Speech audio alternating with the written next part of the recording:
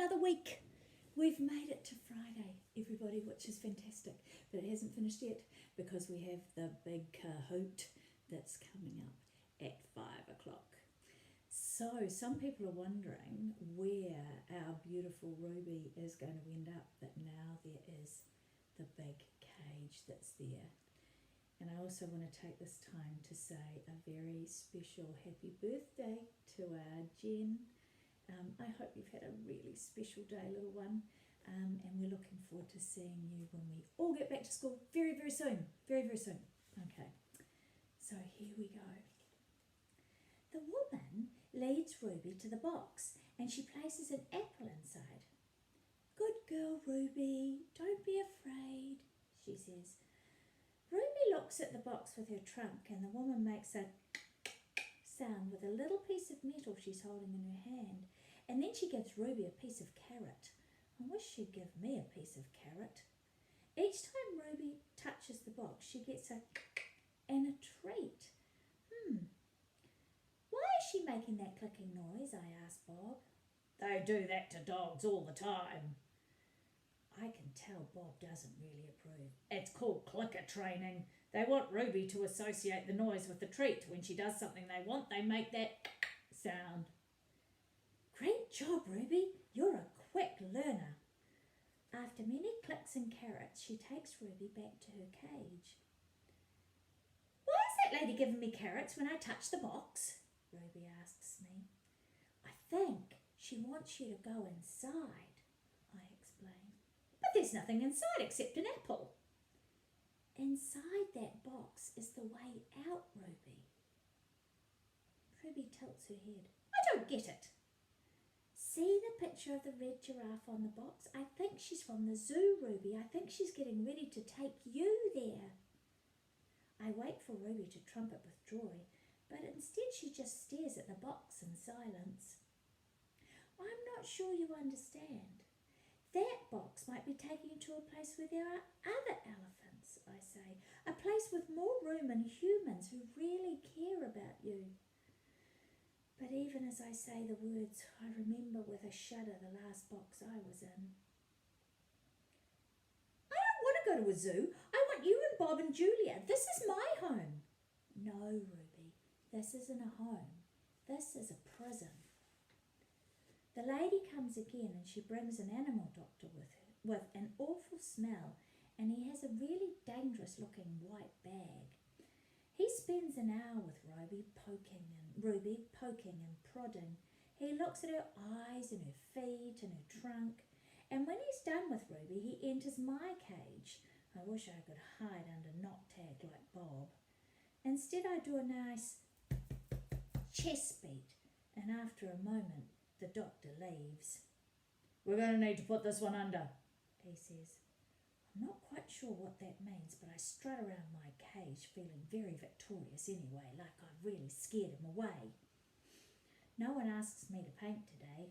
No one asks Ruby to perform. There are no shows, no visitors, unless you count the protesters, which are outside. And Matt just stays in his office all day, so it's actually a little bit boring. I wake up from a long morning nap and Bob is on my tummy, but he isn't asleep. He's watching the ring, where 4 men are placing a large metal box. It's me size. What's that? I ask, still blurry from sleep. Bob nuzzles my chin. I believe that box is for you, my friend. I'm not sure what he means. Me, I say. They brought in a bunch of boxes while you were sleeping. Looks to me like they're taking the whole lot of you. Even Thelma. Taking? What do you mean taking? Taking us where? Well, to some zoo probably, others to an animal shelter where humans will try to find them homes. So I guess all good things must come to an end, huh? His voice is bright, but his eyes are far away and they look really sad. I'm going to miss your tummy, big guy. Bob shuts his eyes and makes an odd noise in his throat. But what about you, Bob? I asked. I can't tell if Bob is just pretending to sleep or he just doesn't answer. I gaze at the huge shadowy box and suddenly I understand how Ruby feels. I really don't want to go inside that box. The the last time I was in a box, my sister ran away. When George and Julia come that night, George doesn't get his mop or his broom. He just gathers up his tools and belongings while Julia runs to my cage. "This is my last night, Ivan," she says, and she presses her palm onto my glass. "Mac fired my dad." Tears slip down her cheek. But the zoo lady said maybe they'll have an opening there in a while, cleaning cages and stuff, and I might be able to come there. I walk to the glass that separates us and I put my hand where Julia's is, palm to palm, finger to finger. My hand is bigger, but they're not so very different. "I'm going to miss you," Julia says, "and Ruby, and Bob. But this is a good thing, really it is. You deserve a different life." I stare into her dark eyes and wish I had words for her. Sniffing, she goes to Ruby's cage. "Have a good life, Ruby," she says. Ruby makes a little rumbling sound and she puts her trunk through the bars and touches Julia's shoulder. "Where is Bob, anyway?" Julia asks. She looks around under tables in my cage by the trash can. "Dad, have you seen Bob?" "Nope, no Bob," George says. Julia's brow wrinkles. "What's going to happen to him, Dad? What if Mac shuts the whole mall down?" "He says he's going to try and keep it open without the animals. I'm worried about Bob too, but, he's a survivor, that dog." "Do you know what, Dad?" Julia gets a gleam in her eye. "Bob could come and live with us. Mum loves dogs and he could keep her company and—" "Jules, I'm not even sure I have a job yet. I cannot even feed us, let alone some mutt." "But my dog walking money." "Nah, Jules, sorry." "Okay, I understand." She starts to leave, then runs back to my cage. "Oh, I almost forgot. This is for you." She slips a piece of paper into my cage and it's a drawing of Ruby and me. We're eating yogurt raisins. And Ruby is playing with another baby elephant and I'm holding hands with a lovely gorilla. She has red lips and a flower in her hair.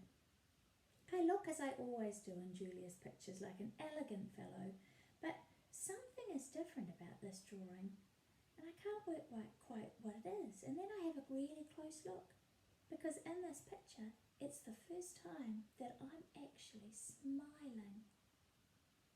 The door of my cage is propped open. I can't stop staring at it. My door, open. The giant box has been moved and it's open too. The humans have pushed it up against my doorway. If I walk through my door, I enter their box. The zoo lady, whose name is Maya, is here again. Yogurt raisin. Tiny marshmallow. Ripe papaya. Apple slice. Hour after hour after, I look over at Ruby and she waits to see what I will do. I carefully touch the box. I sniff the dark interior where a ripe mango awaits. I have to do it. Ruby is watching me from between the bars of her cage and this box is the way out. So I take a deep breath and I step inside. After I leave the box and step back into my cage, I get an idea, and it's a really good one. I tell Bob he can sneak into my box with me and live at the zoo. "Have you forgotten? I'm a wild beast, Ivan. I'm untamed. I can't go into a zoo." Bob samples a piece of celery and spits it out. "Besides, humans are dumb, but they're not that dumb, and they'd notice that I really wasn't a gorilla." "Ivan," Ruby says, "do you think the other elephants will like me?" "I think they'll love you, Ruby. You'll be part of their family." "Do you think the other gorillas will like you?" Ruby asks. "I'm a silverback, Ruby, a leader." And I pull back my shoulders and hold my head up high. They don't have to like me because they have to respect me. Even as I tell her this, I wonder if I can ever command their respect, really. I haven't had much practice being a real gorilla, much less a silverback. "Do you think the other elephants will know any jokes?" Ruby asks. If they don't, I can teach them. Ruby flaps her ears and she flicks her tail. You know what, Ivan? What? I ask. I think I'm going to go in the box tomorrow. I gaze at her fondly. I think that's a really good idea, and I think our Stella would agree too.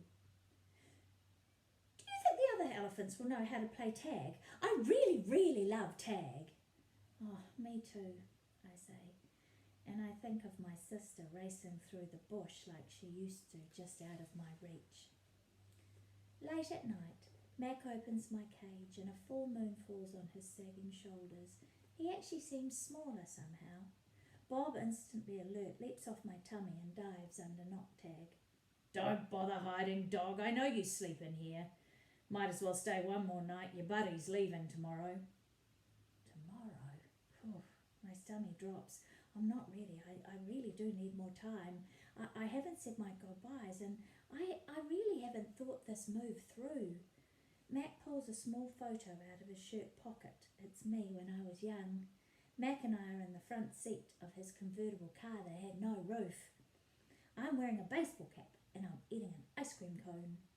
I was a handsome lad, but I have to admit I look ridiculous with all that stuff on, not really like a real gorilla. We had some laughs, didn't we, little guy? Mac says. Remember when we were on that roller coaster, or that time I tried to teach you to play basketball? Mac shakes his head, chuckling. You had a lousy jump shot. He stands, sighs, looks around. He puts the photo back in his pocket. I'm going to miss you, Ivan, he says, and then he leaves, and he doesn't look back. Dun dun dun. So, my little Zoomers, next week we will find out what happens. So we haven't got that much more to go, and then it will be the end of this book, and I wonder whether we'll have to start another book, and we'll have to continue our reading time when we get back to school, because this is a pretty special time. All right, my lovely people, thank you again for a fabulous week. Thank you for your smiles. Thank you for making us laugh. And just thank you for being truly tremendous. You guys are pretty special and you rock. So I'll see you at 5 o'clock. And then after that, hopefully you're going to hear this story and then sleep tight and have really, really special dreams. So I love you to bits. See you soon.